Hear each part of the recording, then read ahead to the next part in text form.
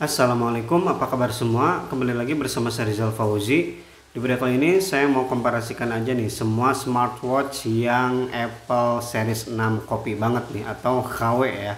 Di sini saya punya W46 atau Evo ya, banyak menyebutnya Evo W46. Kemudian di sini yang kedua ada HW22 dan yang ketiga di sini ada DT100, ada yang bilang Kiwi Time dan satu lagi terakhir di sini FK88. Nah, dari keempat smartwatch ini mana sih yang lebih nyaman untuk digunakan sehari-hari? Kalau dari segi harga hampir mirip-mirip ya. Di sini kalau W46 itu 300 ribuan.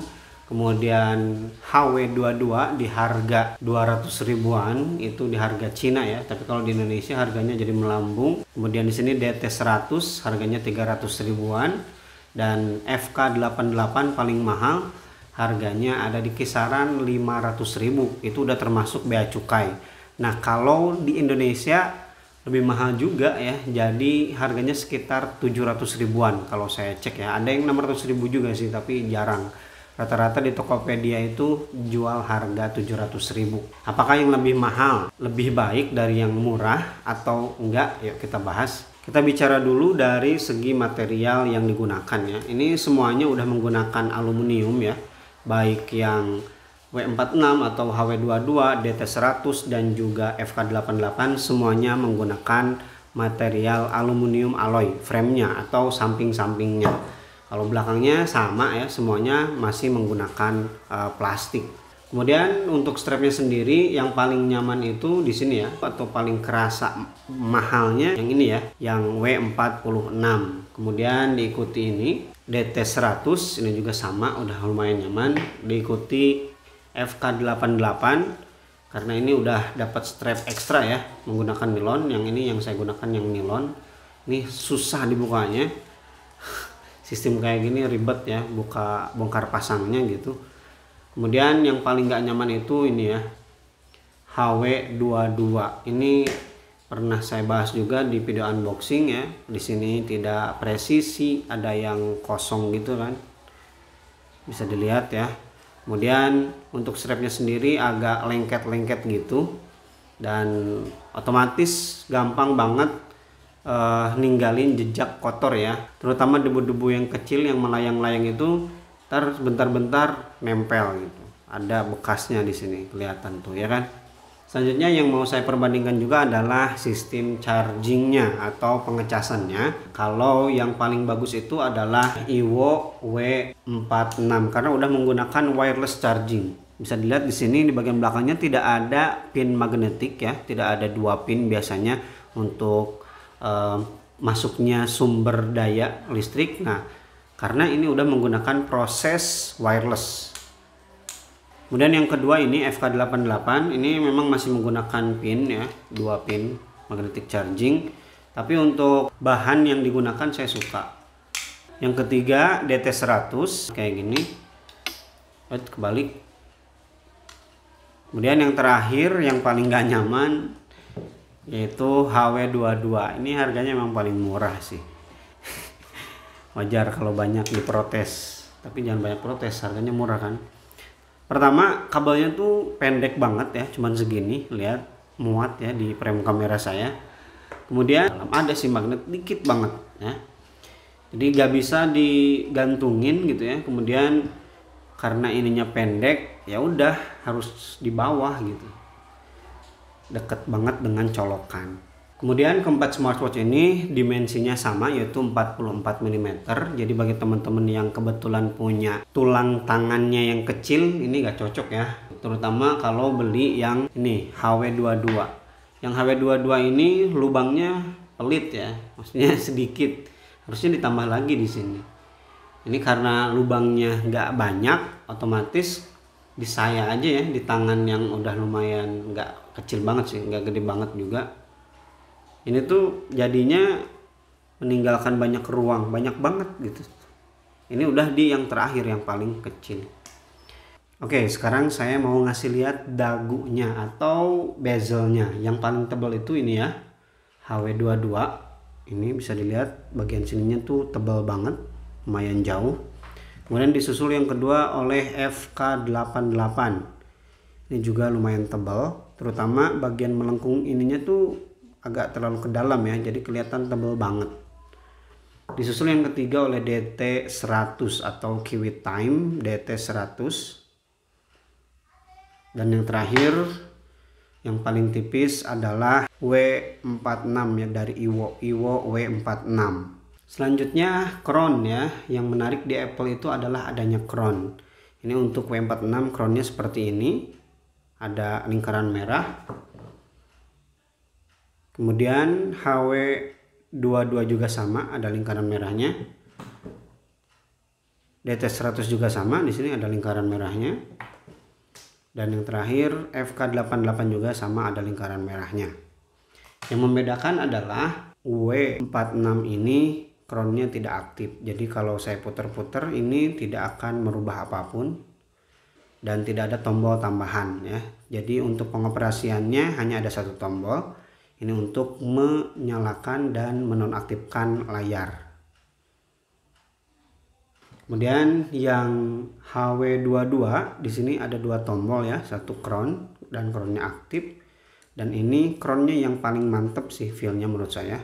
Bahkan sampai ada suaranya kayak jam-jam mahal gitu. Coba dengerin. Nah seperti itu. Kemudian ada satu tombol lagi di bawah. Ini adalah untuk menyalakan dan menonaktifkan layar. Crown ini untuk mengganti watch face secara langsung ya.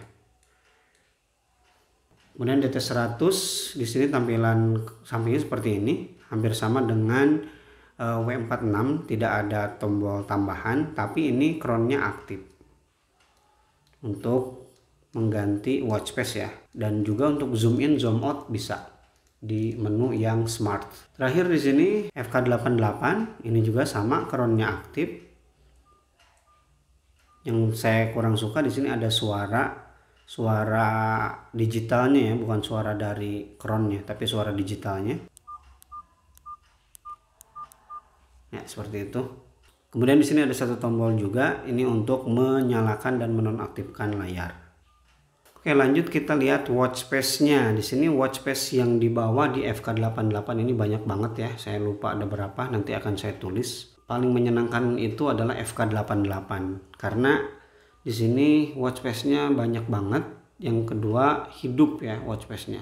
Terutama di beberapa watch face kita bisa ganti warna seperti ini.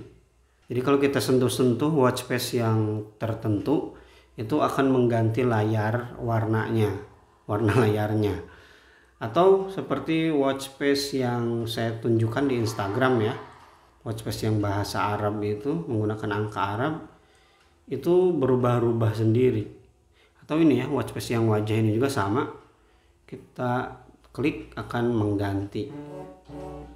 Dan itu tidak beda watch face ya, jadi di satu watch face ada beberapa mode gitu, jadi lumayan menyenangkan sih. Kemudian untuk DT100 watch face nya seperti ini sedikit ya,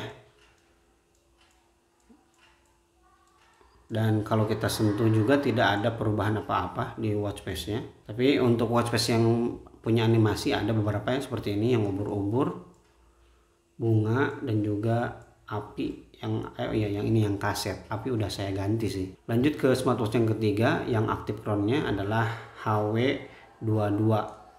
Di sini untuk watch face nya sama banyaknya, bahkan lebih banyak kayaknya, ini 30 berapa ya, 37 kalau nggak salah. Dan ini nih kalau kita sentuh layarnya dia masuk ke menu ya. Jadi untuk masuk menu itu bisa dengan menekan crownnya atau menyentuh watch face-nya. Sedangkan yang terakhir W46 di sini tidak ada, ini mah manual banget ya. Untuk mengganti watch face kita harus tekan dulu layarnya, kemudian geser, dan saya sentuh pun watch face-nya tidak ada perubahan apa-apa ya. Kemudian jumlah watch face-nya juga sedikit. Jadi kalau butuh watch face yang banyak, saya saranin sih ini ya, FK88 atau ini yang paling banyak juga, 37. Kemudian untuk UI atau user interface yang paling menyenangkan menurut saya ini ya, DT100, karena UI-nya tuh nyaman banget ya, terutama kalau kita pakai sistem yang smart ini, yang ala-ala iPhone, ala-ala Apple Watch ini. Ini yang paling smooth kalau kita gerak-gerak kayak gini. Tapi memang untuk zoom in zoom outnya cuma sedikit ya. Ini kecil banget. Untuk paling besarnya sampai segini aja. Nah, seperti kalau kita tarik dari samping gitu ya.